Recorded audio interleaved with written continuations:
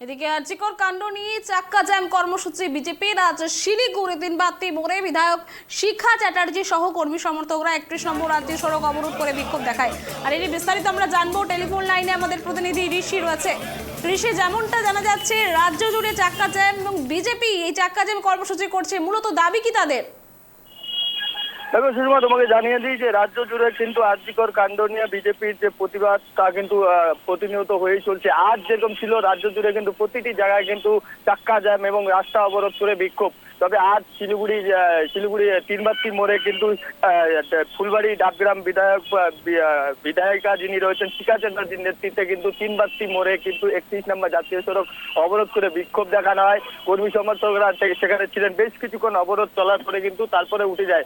এরপরে তোমাকে জানিয়ে রাখি, শিলিগুড়ির যে হাসমি চক্র রয়েছে সেখানে কিন্তু শিলিগুড়ি বিধায়ক শঙ্কর ঘোষের নেতৃত্বেও কিন্তু পথ অবরোধ চলে। তবে জানা যায় যে শিলিগুড়ির মোট 28টি জায়গাতে এই পথ অবরোধ করেছে বিজেপি কর্মী সমর্থকেরা। তবে তাদের দাবি যে দোষীর অবিলম্বে ফাঁসি এবং এর পিছনে যারা যুক্ত রয়েছে তাদেরকে অবিলম্বে গ্রেপ্তার করতে হবে এবং তদন্ত খুব তাড়াতাড়ি শেষ করতে হবে। অন্যদিকে জানিয়ে দিই যে রাজ্যের মুখ্যমন্ত্রী পদত্যাগের দাবি করেছেন শঙ্কর ঘোষ এবং শিখা চ্যাটার্জি। তারা চাইছেন যেভাবে রাজ্যে একের পর এক নারী নির্যাতন হয়ে আসছে, যার ফলে কিন্তু এই অবিলম্বে মুখ্যমন্ত্রীকে পদত্যাগ করতে হবে।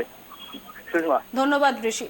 যেমনটা জানা যাচ্ছে একদম আরজিকর কাণ্ডের প্রতিবাদ চাক্কা জ্যাম বিজেপির এবং বিধায়িকা শিখা চ্যাটার্জি সহ কর্মী সমর্থকরা 31 নম্বর রাজ্য সড়ক অবরোধ করে বিক্ষোভ দেখায়।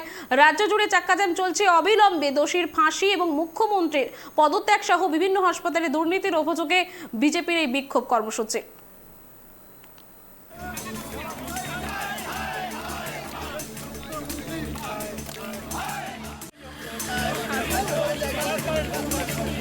দেখুন, কর্মসূচি তো আমাদের একটাই, দফা এক, দাবি এক, মমতা ব্যানার্জির পদত্যাগ।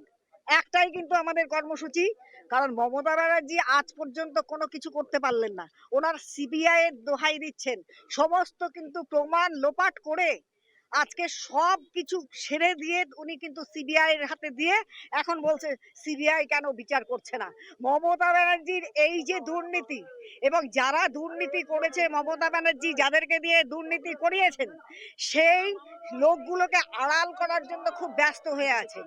আজকে সিভিক ভলেন্টিয়ারকে একটা সামনে নিয়ে এসে তাকে ফাঁসি দিয়ে লেটা চুকিয়ে দেওয়ার ব্যবস্থা করছিলেন, কিন্তু ভগবানের কাজ ভগবান করে, তাকে কিন্তু সেটা দিতে পারেনি। সিবিআই এর হাতে হাইকোর্টের নির্দেশে কিন্তু মামলা চলে গেছে, যার ফলে আজকে মমতা ব্যানার্জি বিপাকে পড়ে গেছেন। এখন বিধানসভায় নতুন আইন অপরাজিতা নিয়ে আসতে চলেছেন। কিন্তু আমি বলি, মমতা ব্যানার্জির এই দুর্নীতি, মমতা ব্যানার্জির এই দুমুখ কাজকর্ম, যেটা ভীষণভাবে অন্যায়। দেশে সমস্ত রকম আইন ছিল, প্রমাণ লোপাটের আইন ছিল, কেউ যদি খুন করে তার জন্য মৃত্যুদণ্ডের আইন আছে, কেউ যদি মিথ্যা কথা বলে তার জন্য আইন আছে। মমতা ব্যানার্জি কোনো আইন প্রয়োগ করেন।